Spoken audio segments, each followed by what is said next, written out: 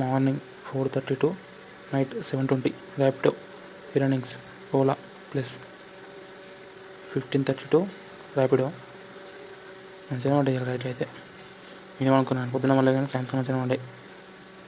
పర్లేదు రోజు గిట్నే పడుతుంది. ఇంకా సోలాలో 360 ఏమైంది చూద్దాం. అది ఇట్లా 15:30 to 19 hours.